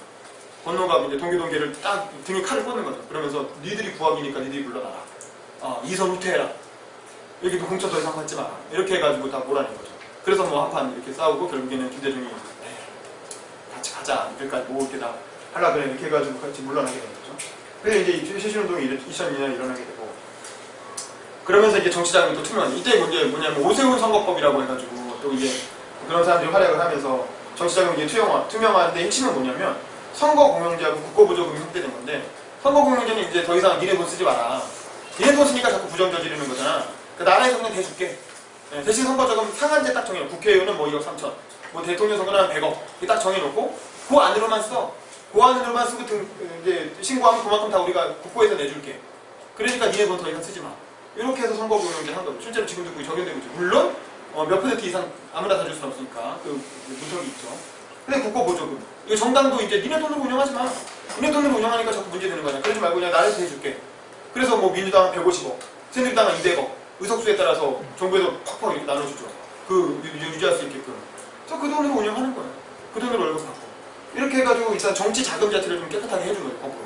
그러니까 더 이상 보스나 이런 거에 의존하지 않아도 되게끔. 그 다음에 이제 상영식. 그러니까 자연스럽게 아무도 공천을 할 사람이 없는 무조공산이 된 거예요. 공천이라는 게. 왜냐면 총재님이 하셨는데 총재님이 물러나시니까. 누가 그걸 하겠어요, 감히. 천정배가 하겠어요, 신진환이 하겠어요, 정동영이 하겠어요. 그러니까 아무도 카리스마를 할 사람이 국가도 마찬가지잖아요. 김일성은 죽고 나니까 아무도 주석을 못 하잖아요. 심지어 그 아들도 주석을 못 하잖아요. 그러니까 국방위원회는 다른 이름으로 하잖아요. 그러니까 이것도 마찬가지인 거예요. 아무도 할 사람이 없으니까 어떻게 되냐. 그럼 할 수 없다. 우리도 상영식 공천이라는 걸 해보자. 라고 해가지고 상영식 공천이 처음 도입된 게 우리나라의 국민경선제라는 게 도입이 된 거예요. 이걸 도입한 사람이 그 당시 김민석 의원이나 뭐 김성호 의원이나 뭐 이런 사람들 이 뭐 미국으로 가죠. 그러니까 우리나라 역시 뭔가 미국에서 배워와야 돼. 그래가지고 미국에 가서 이제 미국의 민주당의 어떤 오픈 프라이머리 제도를 베껴오죠. 그런 걸 연구를 해가지고 가져와서 국민경선제라는 형식으로 만드는 거예요. 이게 그 얘기 좀 이따 자세하게 제가 또 설명드려요. 그러면서 그러다 보니까 자연스럽게 개파 정치가 또 일상화되는 뭐 친박이니 친윤이니 친노 왜냐면 아무도 자기 공천을 책임져 주지 않으니까 결국 자기들끼리 뭉칠 수밖에 없는 거예요. 공천에 조금이라도 영향을 미칠 수 있는 사람들끼리 얽히고 설켜가지고 개파를 만들어내서 정세균계니 무슨 뭐 손학규계니 뭐 이런 것들이 나타나게 됩니다. 이게 이제 카리스마가 사라진 카리스마 정당에서 나타난 현상들이라고 할 수 있죠. 그러면 이제 저는 이제 논문에서 아까 말한 그 선거 전문가 정당과 관료적 대중 정당을 우리나라식으로 이해하기 쉽게 미국식 원내 정당과 유럽식 대중 정당이라고 크게 이제 모델로 한 거예요. 이거는 이제 제가 정리한 건데 뭐 대단한 내용은 아니고 기존에 있던 걸 그냥 정리한 겁니다. 미국식 원내 정당은 자연스럽게 원내 국회의원들이 중심이 되는 정당이고 의원의 리더십이나 전문성이 중요해지죠. 그리고 이제 일반 유권자가 공천에 참여하죠. 그러니까 일반 유권자가 공천에 참여하는 게 아까 말한 그 국민경선제. 국민경선제 얘기는 좀 이따 다시 자세히 설명할게요. 그래서 국민경선제가 도입됐고, 그 다음에 이익단체의 후원이나 국고보조를 통해서 정치자금을 하고, 그 다음에 정당 조직은 약화되죠. 그러니까 부작용은 이제 아까 말한 개파 정치가 활성화가 된다는 것이고요. 그러면 대중정당은 뭐냐? 원내 당원들이 아무래도 주도하게 되고, 뭐 중심이라기보다는 어쨌든 당원들의 중요성이 크고, 당의 가치나 이념을 중시하고. 그러니까 우리나라에서는 우리는 진보정당을 생각하시면 민주노동당 생각하시면 되죠. 민주노동당. 그 다음에 이제 진성당원이 공천에 참여해서 당원 경선을 한다는 겁니다. 그러니까 이제 국민 경선이 아니라 당원 경선이라는 거예요. 이게 굉장히 큰 차이입니다. 이렇게 비슷하다고 생각하는 경우가 많은데 굉장히 다른 겁니다. 그 다음에 이제 소액 다수의 당비를 납부. 당원들이 계속 당비를 내잖아요. 그리고 정당 조직은 아무래도 강하죠. 근데 이제 이거의 단점은 뭘까요? 이거의 단점은 제가 공복이라네요. 정보 세력이 아직 이해가 안 가더라고요. 그건 이따가 좀 말씀드릴게요. 어쨌든 이게 당원 경선을 하다 보니까 이거를 이게 큰 정당에서는 이게 안 되는데 작은 정당에서는 한 1000명 정도가 우리로 뭐 군자산의 결의 이렇게 들어가면 그냥 먹어버리는 거예요. 그 정당을. 이게 미국에서도 지금 뉴라이트라고 하는 세력이 미국 공화당을 먹어버리잖아요. 그래갖고 그렇죠. 우리는 뉴라이트, 미국은 티파티. 그래가지고 이게 상향식 공천의 부작용은 이런 문제예요. 정치적으로 극단화된 사람들이 더 강한 응집력을 가진 사람들이 당으로 들어가서 당을 먹어버릴 수가 있는 거예요. 그러니까 당의 정치가 오히려 중도가 아니라 오히려 극단적으로 가는 그런 현상이 미국에서 나타나고 있고 지금 민노당도 그래도 망한 거죠. 이렇게 망했다 그러니까 지금 굉장히 불쾌해하면서 뭔 소리냐고. 전국 세력 다시 티파티도 하시고 뭐 그런 거죠. 그러니까 그런 것들이 이 소수 세력이 표현을 좀 달리하면 너무 그건 재밌게 하려고 이렇게 한 건데 어쨌든 뭐 그렇습니다. 그럼 이제 예전에 어쨌든 국민경선제가 도입된 얘기를 좀 자세하게 한번 해볼게요. 이게 뭐냐? 2002년에 새천년민주당이 이제 개혁을 하잖아요. 김대중이 은퇴하고 나니까 총재직 물론 던지고 이제 자기 탈당까지 생각하고 그렇죠. 그러니까 무주공산이 돼버리니까 개혁을 안 할래 안 할 수가 없는 거예요. 아빠가 다 뭐 책임지던 중에서 아빠가 나가버리니까. 그거 어떻게 했습니까? 일단 총재직을 폐지하죠. 그래서 카리스마 정당 탈피하겠다는 그런 한 거고. 뭐 이건 폐지한 거는 총재할 사람이 없으니까. 아무도 총재를 시킬 수가 없으니까. 그 다음에 그러면서 이제 오픈 프라이머리를 도입하는데 이 오픈 프라이머리는 그 당시만 해도 당원 50%, 국민 50%였어요. 그냥 무조건 국민한테 100% 개방하는 게 아니었어요. 그래서 기존의 민주당 당원들을 우선적으로 50% 정도 할당을 하고 그 다음에 나머지 지원자 국민 지원제를 받아서 그 사람들을 추첨을 해가지고 그것도 인구 비례를 고려해서 거기다 세대 비례까지 고려해갖고 그래서 20대 여성이 지원하면 100% 당첨됐어요. 그래서 20대 여성 거의 관심이 없기 때문에 근데 호남의 40대 남성은 진짜 들어가기 어려웠어요. 왜냐면 거기는 인구 비례가 너무 많으니까. 그래서 뭐 그런 걸 고려해가지고 이제 영남 지역 같으면 쉽게 또 대의원이 됐겠죠. 그래서 이 사람들이 16개 시도에 체육관 같은 데 모여가지고 일단 너 투표권 생겼어라고 전화 오면 그걸 갖고 그 체육관에 일요일 토요일날 모여서 거기서 같이 연설을 듣고 후보 뭐 대여섯 명의 연설을 쭉 듣고 그리고 이제 그 전자투표로 투표하는 그런 방식이었죠. 지금 생각해보면 제가 봤을 때 대한민국에서 할 수 있는 가장 바람직한 선거제도였던 것 같아요. 그나마 현실적으로. 이 정도였으면 딱 좋았을 텐데 여기서 너무 나가버린 게 이제 문제가 되는 거죠. 그 다음에 이제 인터넷 예비경선을 도입했는데 이 당시에 이거는 겨우 5%, 전체 5%였어요. 지금처럼 모바일 100% 이런 게 아니었어요. 이거 너무 위험하다. 여기 인터넷으로 하는 경우는 어떻게 얼굴도 안 보고 투표할 수가 있냐. 위험한데 그래도 실험적으로 우리가 인터넷 베이스가 발달했으니까 해보자 해가지고 딱 5%만. 해보자라고 해서 5% 정도 가능한 거예요. 뭐 이 정도는 그럴 수 있죠. 그 다음에 이제 의원총회가 최종 의결권을 가졌다. 모든 당무의 최종 의결권을 의원총회에 물었다. 그럼 그만큼 이제 원내정당을 강화했다는 얘기고 부전에 비해서. 그리고 중앙당의 권한을 축소했죠. 그래서 당에서 나가는 모든 입장이나 발표 같은 걸 중앙당 대변인이 아니라 원내 대변인이 하겠어요. 원내 국회의원 대변인이 그 당의 모든 입장을 최종적으로 발표하고 그런 식으로 이제 원내에 그만큼 더 힘을 실어주고 그 다음에 이제 비례대표까지 상향식으로 공천했고 뭐 이런 정치 실험이 그러니까 이걸 보면 이 도대체 새천년민주당의 개혁은 원내정당 모델로의 개혁입니까? 대중정당 모델로의 개혁입니까? 애매한 거예요 사실은. 애매한데 굳이 말하자면 원내정당적인 성격이 더 강했다라고는 할 수 있겠죠. 자 그런데 그리고 당제적 운영 투명화하겠다. 뭐 1년에 한 번씩 당비 사용 내역을 당원들에게 공개하겠다. 뭐 이런 얘기도 있었는데 당이 뭐 이렇게 대선거 지나고 바로 이렇게 해체돼버리면서 다 그냥 흐지부지 돼버렸어요. 새천년민주당이 열린우리당 분당되는 과정에서 이 내용이 다 없어지고 완전 새로운 정당 새로 만들어야 되는 상황이 되버리니까. 그리고 남은 구민주당이라 조금 나왔지만 거기는 완전히 동네 할아버지들 이제 동기동계 이렇게 2인제 들어가고 뭐 이렇게 돼버리니까 거기는 뭐 그냥 의미 없는 일이 이렇게 돼버렸죠. 이런 정당 또 구민주당에서 비례대표 상임시 공천 안 했잖아요. 다 하기로 해놓고 그렇습니다. 지금까지 아무도 안 하고 있죠. 그럼 2002년 이후에 야당의 상황이 어떠냐? 제가 여기다가 요 사이에 하나 추가했는데 그게 안 들어간 거죠? 바뀐 PT가 아니고 기존 PT인 거죠? 바뀐 건데? 아 바뀐 거야? 이 상황은? 2002년 이후에 야당은 뭐냐? 분당 사태가 2003년에 있었고 열린우리당이 이제 창당이 되죠. 그리고 노무현 대통령 탄핵이 이루어지죠. 그 다음에 대통합민주당이 또 3년 뒤에 창당이 되고 열린우리당 3년 만에 망하고 그 다음에 이제 통합민주당은 또 당명이 변경이 되죠. 그러니까 결국 열린우리당과 대통합민주당의 차이는 뭐였을까요? 이 두 정당의 차이는 뭘까요? 그러니까 인물로 보면 손학규가 들어간 거죠. 손학규가 한 명 들어가면서 이제 손학규를 받기 위해서 이 난리를 치고 결국에는 근데 그래도 손학규 결국 허망하게 정계를 얼마 전에 도대체 뭘 위해서 그런 짓을 한 건지 지금 생각해보면 좀 이해할 수가 없죠. 근데 통합민주당 이름 바꿔주고 그 다음에 다시 또 민주통합당이라고 이건 혁신과 통합이라고 해서 또 받으면 또 이름 바꾸고 이게 장난하는 것도 아니고 여기 만드신 분이 이거 만드신 분이 여기 계시잖아요. 장난하는 것도 아니고 이게 이렇게 이름 앞뒤로 바꿔가지고 새정당이라고 에휴 뭐 죄송합니다. 그 다음에 이제 이번에 새정치 안철수 받으면서 또 새정치 민주연합 많이 이게 뭐 이거 큰 것만 굵직한 것만 이렇게 했지만 통합민주당에서 민주통합당이 된 게 아니고 그렇지 그 사이에 여러 가지 통합민주당에서 민주당으로 됐고 그렇죠 민주당 통합당을 빼고 통합당 빼고 민주당이죠. 다시 통합당 붙이고 장난하는 것도 아니고 이런 식으로 하니까 국민들이 우습게보죠. 그런 일이 있었다. 그럼 이제 이건 제 경험인데 그럼 개혁국민정당이라는 건 뭐냐? 이게 야당에서 그래도 아까 말한 대중정당 모델을 좀 싫어하는 거예요. 저는 어디 있을까요? 여기 저가 있어요. 저는 어디 있어요? 이 개혁당 대학 빌딩에 있던 개혁당 당사 사무실에서 찍은 거잖아요. 저희가 선거운동 나가기 전에 청년 대학생 우리 대학생위원회 팀에서 저는 어디 있을까요? 사진기. 사진 찍어. 사진? 맨 아래 왼. 지금과 많이 다르죠. 더 충격적인 벌써? 오른쪽이 김선진 아니, 선진이. 맞죠? 선진이 여기 나온 양삼승이라고 뭐 여기 유시민 눈 감았죠. 최성 얘는 지금 당직자 오래 하다가 정세균 제표 뭐 비서실에도 있다가 지금 김대중 도서관의 사무직으로 가 있고 얘는 구로구 의회 비서실장 하다가 지금 구로구에서 정치하라고 백수 놀고 있고 얘는 지금 제천에서 뭐 이렇게 펜션하고 있죠. 뭐 꽃집하다가 펜션하고 뭐얘 열린우리당 뭐 활동하다가 나가야 됐고 좀 기다렸고 참고로 이 친구하고 썸을 좀 타다가 잘 안 됐습니다. 썸을 연애를 좀 하려고 했는데 잘 안 됐어요. 나는 안 사귀고 얘랑 사귀었어. 얘랑 사귀었어. 어찌됐건 너무 씁쓸한 얘기입니다. 근데 개혁국민정당이 나중에 열린우리당이 돼요. 그 열린우리당의 기관당원제는 뭐냐 이런 거죠. 개혁당의 유시민파와 민주당 탈당파가 합당이 돼서 열린우리당이 돼요. 왜냐면 노무현정부를 만들었으니까 집권여당이 있어야 될 거 아니에요. 근데 여당이 두 개일 수 없잖아요. 합치자. 이렇게 해가지고 합친 거죠. 유시민이 주도해서 합쳤는데 그때 이걸 되게 많이 먹었죠. 근데 개혁당이 잔류한 사람들도 있어요. 실제로. 뭐 저도 사실상 잔류한 거죠. 저는 군대 가느라고 자연스럽게 본의 아니게 탈당을 했지만. 그 다음에 이제 기관당원제를 통해서 100년 정당을 해보자고 선언을 했죠. 기관당원제라는 게 이제 잠깐 말한 진성당원제를 좀 이름을 바꿔서 기관당원제로 한 거죠. 근데 이제 기관당원을 이걸 어떻게 할 것인가로 개파 갈등이 벌어집니다.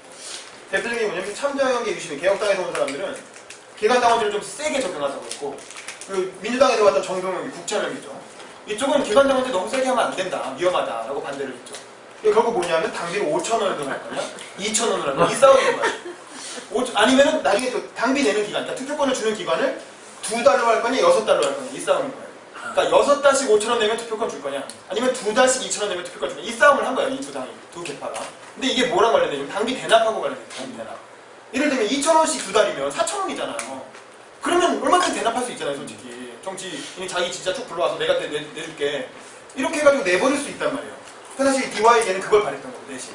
그렇게 해서 자기들이 쉽게 뒤에서 당원들이 조정할 수 있기를 바랬던 것 같고, 물론 저는 참정연계적 마인드를 많이 가지고 그런 얘기를 들어서 그렇게 생각하는 거죠. 개혁당 쪽에 한 3만 명 정도 되지 않아요? 네, 당비 그렇죠. 내는 사람이. 개혁당에서는 괜찮다. 우리는 10,000원도 냈다, 그 전에. 5,000원이면 반값 아니냐. 5,000원 낼 수 있고 6개월 낼 수 있다. 그렇게 되면 이제 이렇게 되면 개혁당 쪽이 엄청나게 힘이 세지는 거죠. 그러니까 참정연계에서 그걸 또 걱정했겠죠. 그러면 이제 저쪽에서 다 주도하니까 국참연계에서. 그래서 결국 그 싸움을 벌인 거야. 그러다가 결국에는 그게 하나도 일단락이 안 된 상태로 이 노무현 정부가 지지율이 푹 폭락을 하면서 지방선거마다 지고 보궐선거마다 지면서 자연스럽게 그냥 이런 논의 자체가 다 무의미한 논의가 돼버리는 거야. 열린우리당 해산시켜버리니까. 그러면서 2007년에 당색이 또 하나는 뭐냐면 이 개파 갈등과 함께 당내 경선 부정. 이게 우리가 민노당에서 이 통진당에서 경선 부정 사태가 터졌지만 원래 이거는 여기가 원래 먼저 여기가. 근데 여기가 정당이 워낙 얘기가 안 되는 정당이었고 선거 질게 뻔했기 때문에 언론이 관심을 안 가진 거지. 이때 엄청난 경선 부정을 저질러요, 자기들끼리. 그래서 근데 이해찬이 정경이하고 경선하면서 이런 얘기를 했다는 거예요. 근데 선진님 말로는 이해찬이 진짜 무시무시한, 우리가 보기엔 이해찬 진짜 귀신 같잖아요. 뭔가 이 정치 귀재고 뭐 이렇게 마키아벨리고 뭐 뭔가 고버섯을 다 부릴 것 같은데 그 이해찬이 대선 캠프 이렇게 경선 치르면서 아주 학을 띄웠다는 거예요. 치를 거면서 정동영 그놈이 이렇게까지 할 줄은 몰랐다고. 정동영 이제 친구잖아요. 하여튼 대학 동기고 사회학과, 역사학과, 국사학과 동기인데 개인적으로 친구인데 어떻게 저놈이 이렇게까지 할 수 있냐 싶을 정도로 막 그 버스 떼기 뭐 이런 거 있잖아요. 이렇게 해가지고 박스하고 뭐 이렇게 봉고차에다가 당원들 태워갖고 한꺼번에 우르르 가고 한 군데서 다 찍고 뭐 표 이만큼씩 이렇게 가짜로 명부에 막 등록시키고 뭔가 부정선거를 다 짚어지 이 안에서. 그러니까 완전히 이게 뭐 나사리판 개판이 그러니까 언론이 감시하지도 않고 시민단체도 관심 없고 왜냐면 질게 뻔하니까 지지율이 워낙 격차가 크니까 그리고 지들을 어떻게든 이겨야 되겠고 그러니까 뭐 근데 또 제도는 이렇게 상향식으로 만들어놨고 그러니까 완전히 초창기에 이런 정치의 어떤 미성숙한 모습이 다 드러난 거죠. 그래갖고 결국 개판 아사리판이 나고 그렇게 서로 싸우고 나니까 도저히 같이 당을 할 수가 없는 거예요. 그래서 자연스럽게 그냥 깼지. 이도 이 당 갖고 도저히 못하겠다. 그래서 이제 열린우리당이 깨지고 다시 이제 통합민주신당으로 넘어가게 된 거예요. 부끄러운 입장. 그러면서 이제 야당의 난맥상이 오늘날에 우리가는 꾸준히 진행된 원내 정당화. 그러면서 이제 중앙당보다는 국회의원들의 권한을 강화시켜주는 것만 계속 강화했죠. 그런 경향만. 그래서 요즘 그리고 100% 심지어는 그래서 100% 모바일 투표까지 시행을 해버렸죠. 지난 2012년에 그랬잖아요. 그래서 문재인 100% 모바일 투표해갖고 뽑아버렸죠. 그러니까 어떤 일이 일어났습니까? 진짜 말 못하는 이상한 정치인이 대통령 후보가 되고 대통령이 된 그런 상황들이 벌어졌죠. 그 다음에 전화 여론조사까지 실시했죠. 그래서 아니 얼굴 볼 필요도 없고 그냥 전화로 양력 불러주고 이 양력 투표지 이게 무슨 전화로 여론조사. 그러면 이제 결국 라벨 싸움이 되는 거죠. 얘가 노무현 정부에서 이랬느냐 아니면 김대중 정부에서 이랬느냐 노무현의 비서관을 했느냐 김근태의 비서관을 했느냐 이 싸움이 되는 거예요. 그래서 선거구청장 그 민주당 경선 6.3 때 그랬잖아요. 김영배하고 기동민이 붙었을 때 김영배는 친노고 그때가 이제 노무현 바람이 제일 벗었을 때냐 일주기 때인가 2주기 때인가 그러니까 노무현은 김영배는 친노고 김근태는 친김근태인 거예요. 그러니까 기동민은 GT인 거예요. 그러니까 그걸로 그냥 게임이 끝나버린 거죠. 그러니까 이제 체육관에서 일단 당원들끼리 한 투표는 기동민이 더 잘 높여나갔어요. 기동민이 연설 더 잘했거든요. 근데 여론조사랑 이거 모바일 투표에서 압도적으로 얘가 이기게 나온 거예요. 김영배가. 왜냐면 친노였으니까. 그러니까 인물 볼 것도 없고 그냥 친노냐 GT냐 이걸로 그냥 선거가 끝나버린 거예요. 경력에 노무현 정부에서 행정관으로 네. 이건 오니까 그냥 붕 아니 노무현 행정관 아무것도 아닌 거잖아요. 솔직히 행정관이 뭐 대단한 겁니까? 그냥 그렇게 비서관 하다가 들어간. 비서관을 했어. 네, 그게 뭐 어쨌든 그런 걸로 이렇게 봤다.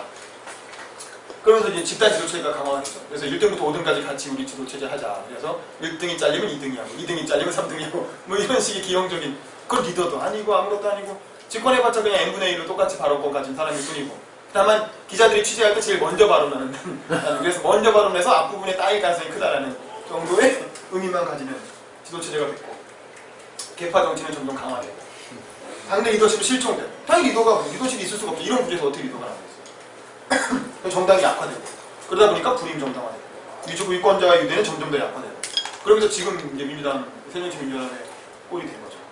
그래서 사실 이걸 개혁하겠다고 나온 게 안철수였는데 그러니까 안철수가 한 건 뭐였냐 안철수가 한 건 뭐냐면 카리스마 정도로 돌아가자 차라리 차라리 카리스마 정도로 돌아가자면서 나한테 다 몰아줘. 네, 내가 새정치니까 내가 하는 게 새정치니까 나를 믿고 나한테 다 몰아줘. 옛날처럼 이거잖아요. 저희가 안철수가 하고 싶었던 얘기는. 그래서 안철수하고 김한길한테 다 몰아줬잖아. 모든 권한 뭐 이렇게 당무위원회 이런 거 다 무시하고 그냥 그 대표 둘이 알아서 결정하세요. 이렇게 해가지고 다 공천이고 뭐고 다 몰아줬더니 결국엔 그 아사리판을 난리를 치고 결국엔 다 말아먹고 너 때문에 날아간 거죠. 근데 그래놓고 그럼 돈이라도 내든가 돈도 안 내고 총기는 돈이라도 냈는데 안철수는 자기 돈 하나도 안 썼잖아요. 그러니 얄밉지. 그러니까 다 미워하지. 돈이라도 줬으면 안 그래. 머리가 좋은 거네. 뭐 그렇죠. 머리가 좋은 걸 수도 있죠. 자 그럼 해법은 뭐냐? 제가 생각하기에 여기서 여당은 안 나와요? 여당은 뭐 비슷하니까요. 여당은 오히려 애정이 없어. 관심이 없어요. 여당에 대해서 관심 없는데 여당은 훨씬 제도가 훨씬 더 진행됐죠. 사실 여당은 그 공채를 꾸준히 해가지고 당직자들에서 뽑았고 훨씬 더 이렇게 진행이 됐죠. 근데 여당은 아무래도 카리스마적 정당의 좀 특성이 강하고 왜냐면 박근혜, 이명박 이런 강한 리더들이 있었으니까. 저는 새누리를 보면은 네. 우리가 선거 전문가 정당 같은 느낌. 그렇죠. 예. 요즘 특히 더 그런 것 같아요. 여당 굉장히 근대가 됐어요. 그러니까 한국의 문제는 여당의 문제가 아니에요. 그러니까. 여당은 잘 가고 있어요. 야당이 문제인 거예요. 한국 정치 문제는 여당이 아니에요. 야당이에요. 그래서 이제 해법은 뭐냐? 제가 보기에는 일단 첫 번째로는 대중정당적 특성을 강화해보자. 너무 지나치게 원내정당적 특성만 일방적으로 강화됐기 때문에 이런 문제가 생긴 거 아니냐. 그러니까 대중정당적 특성을 강화하자는 게 일반적인 1차적인 해법이죠. 그러니까 일단 그러면 뭐부터 시작해야 되냐? 일단 당원 명부부터 만들자. 당원 명부부터. 지금 민주당 새정치민주연합 당원이 뭐 수백만 명이라고 해요. 뭐 100만 명 이렇게 얘기하는데 뭐 100만 명이면 뭐합니까? 제대로 된 당원이 없는데. 그러니까 진짜 근데 또 신기한 거는 근데도 이 정당에 당비를 내는 당원들이 있다는 거예요. 진짜 항상 이 사람 왜 되는 거지? 아무 공천권도 안 주고 아무것도 안 주는데 그래도 꾸역꾸역 당비 내고 지지하는 사람들이 있어요. 신기하게. 몇 명 추정해요? 80만 명? 13만 당비 내는 당원들이 있어요. 신기하게. 난 그 당원들을 추려보잖아. 2,000원 되겠습니다. 그죠? 2,000원이든 3,000원이든 내는 사람이 있다는 거예요. CMS로 한 번에 750원인가 빠질까요?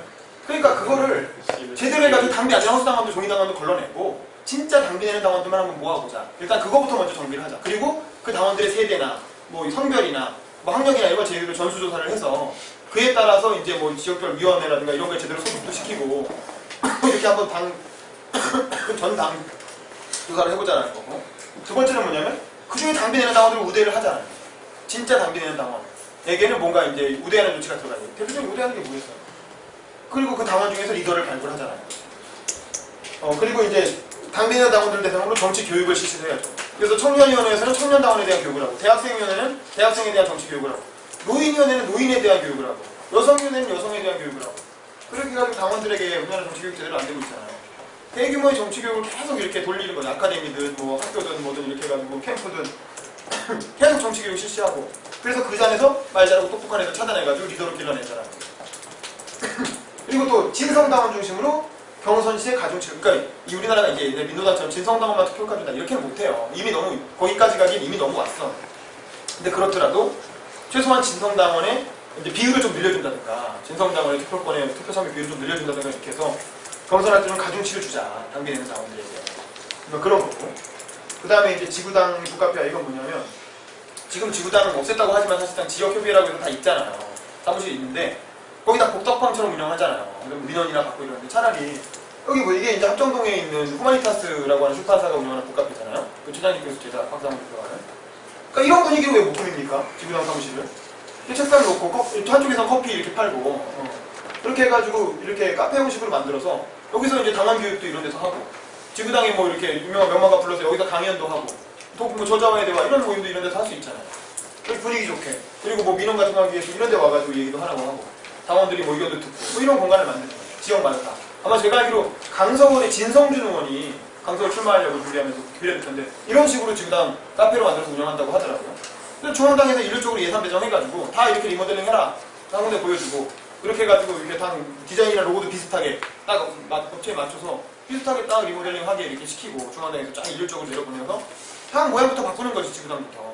그렇게 해가지고 언론에 공개하면 방송기자들 얼마나 좋아하겠어요. 저 같은 사람들도 야 민주당이 바뀌었다 해가지고 찍고 거기 온 당원들 토론하는 모습 찍어갖고 인터뷰에서 내보내고 그렇게만 해도 민주당이 뭔가 바뀌고 있다는 신호가 확 줄 수 있는데 150억씩 1년에 예산 받아가지고 발제하는데 미안한데요. 아, 예. 정당법 위반.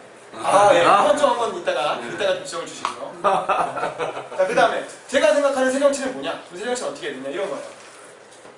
월 10,000원씩 6개월 이상 당비를 내면 당원들에게 공천권을 부여해보자. 뭐 가중치를 좀 준다는 거. 다 주면 좋지만 한 10,000원 정도 내지 않겠어요? 그래도?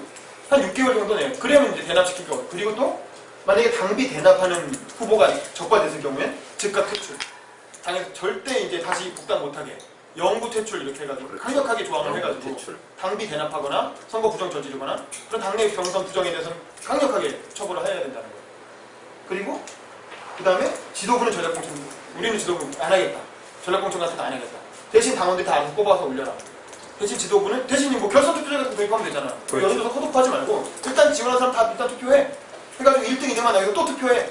그것도 그냥 하루에 같이 하면 돼요. 그러니까 모여서 연설하면 돼요. 연설. 1등부터 5등까지 같이 연설하고 그 다음에 투표해가지고 1차 투표에서 1등 2등 남기고 그 다음에 또 한 번씩 더 연설하고 그 다음에 최종 결선 투표하고 그래서 후보 뽑으면 돼요. 하루면 돼요. 하루면. 그렇게 해가지고 후보 뽑자. 그리고 후보는 지도부 더 이상 전략공천 안 하겠다. 저기서 다 뽑아와라. 이렇게 한 게 뭐냐면 이번에 새누리당이에요. 이번 재보궐선거 때 새누리당 김무성이 이렇게 했어요. 김무성이 자기가 공천 때문에 한번 피해본 적이 있잖아요. 그래서 그런지 나는 공천 갖고 장난치지 않겠다. 김무성 취임 일성이 그거였어요. 그래서 이번에 보면 다 정치 신인들이잖아요. 그렇죠. 이렇게 지역에서 뽑아온 정치 신인들. 아무도 모르는 뭐 변호사, 뭐 통닭 치킨 사업했던 사람 이런 사람들 다 지역에서 뽑아갖고 결선 이긴 사람 다 그냥 공천해. 새누리당 딱 갈아갖고 내보내니까 다 이기잖아요.